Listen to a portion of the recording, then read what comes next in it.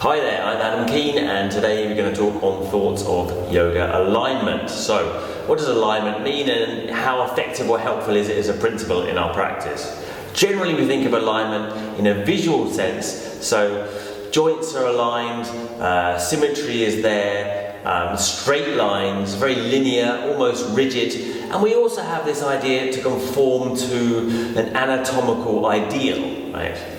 Now I'm here to tell you that there isn't one anatomical ideal, that the joints function in various ways and don't hold to one principle of functionality, right?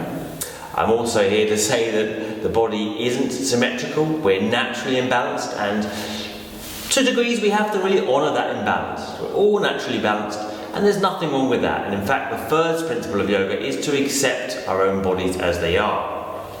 Also, we talk about alignment as functional mobility even, right? Even if we are thinking about alignment as a great functionality of the joints, even that is difficult or general to say the least, because essentially the joint can function in a number of manners and it all depends on the individual as to how they feel with it really. You can't see from the outside exactly.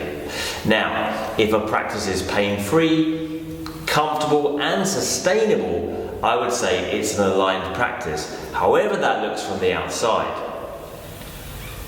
Indeed, if we're going to talk about alignment at all, I would suggest it's more about connections in the body, suggesting a embodied practice rather than a theoretical one. We're not trying to align ourselves to some blueprint out there, some anatomical correctness out there. What we're doing is simply trying to feel, embrace, embody ourselves to the greatest degree possible. So essentially we're looking for connections throughout all our body so it's held together with what we call a right tension, right? So the only principle of alignment I really feel that we need, or alignment or yoga anatomy I really feel we need, is to make sure we're not overstretching. We're not stretching into hypermobility. It means we're not pulling our joints out of their joints. We're not stretching into our passive range of flexion.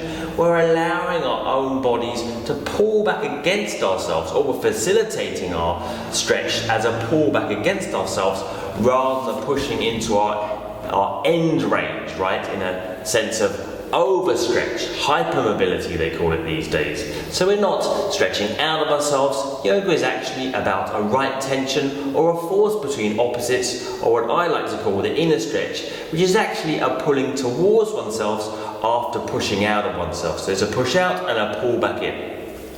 And that is when the whole body is connected as one principle, which I would consider alignment. Again, trading off the three principles, or checking in on the three principles of: is it comfortable, is it sustainable, and is it pain-free, right?